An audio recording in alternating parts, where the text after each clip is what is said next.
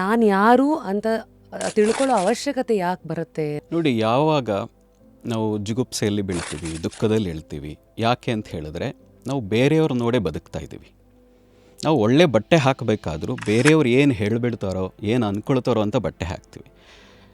ನಾವು ಊಟ ಮಾಡಬೇಕಾದ್ರೂ ಬೇರೆಯವ್ರು ಏನು ಅಂದ್ಕೊಂಡ್ಬಿಡ್ತಾರೋ ಅಂತ ನೋಡ್ತಾ ಇದ್ದಾರೇನೋ ಅಂತ ಅದನ್ನು ನೋಡಿ ಊಟ ಮಾಡೋ ಸ್ಥಿತಿಗೆ ಬಂದಿದ್ದೀವಿ. ಅಂದರೆ ಇಡೀ ನಮ್ಮ ಜೀವನ ಏನಿದೆ, ಬೇರೆಯವರು ಹೇಗೆ ಹೇಳ್ತಾರೆ, ಏನು ಮಾತಾಡ್ತಾರೆ, ಅವರೇನು ಅಂದ್ಕೊಂಡ್ಬಿಡ್ತಾರೆ ಅನ್ನೋದ್ರ ಮೇಲೆ ನಾವು ನಿಂತಿದ್ದೀವಿ. ಇವತ್ತು ಜೀವನದಲ್ಲಿ 90% ಫೇಲ್ಗಳಾಗ್ತಾ ಇರೋದು ಯಾಕೆ ಅಂದರೆ ನಾವು ಈ ರೀತಿ ಬೇರೆಯವರನ್ನು ನೋಡಿ ಬದುಕ್ತಾ ಇರೋ ಕಾರಣದಿಂದಾಗಿ.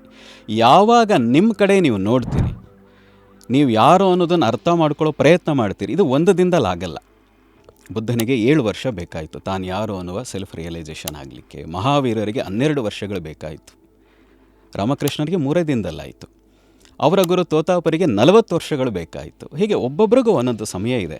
ಆದರೆ ಆ ದಿಕ್ಕಿನಲ್ಲಿ ಹೋದಾಗ ಸಣ್ಣದಾಗಿ ಒಂದು ಬೆಳಕು ಕಾಣಿಸ್ತಾ ಹೋಗ್ತದೆ. ಎಸ್, ಇದು ನಾನು ಮಾಡಬೇಕಾದದ್ದು, ಎಸ್, ನಾನು ಈ ಗುರಿ ನಾನು ಸಾಧಿಸಬೇಕಾದದ್ದು ಅನ್ನೋದು ಯಾವಾಗ ಬರ್ತದೆ, ಆಗ ಸಂತೋಷದಿಂದ ಆ ಕೆಲಸದಲ್ಲಿ ತೊಡಗ್ತಾರೆ, ಅಲ್ಲಿ ಯಶಸ್ಸನ್ನು ಗಳಿಸ್ತಾರೆ, ಜೀವನದಲ್ಲಿ ಆನಂದವನ್ನು ಕಾಣ್ತಾರೆ. ಫುಲ್ ವಿಡಿಯೋನ ನೋಡಿ ಆನ್ ರ್ಯಾಪಿಡ್ ರಾಶ್ಮೀಸ್ ಯೂಟ್ಯೂಬ್ ಚಾನಲ್.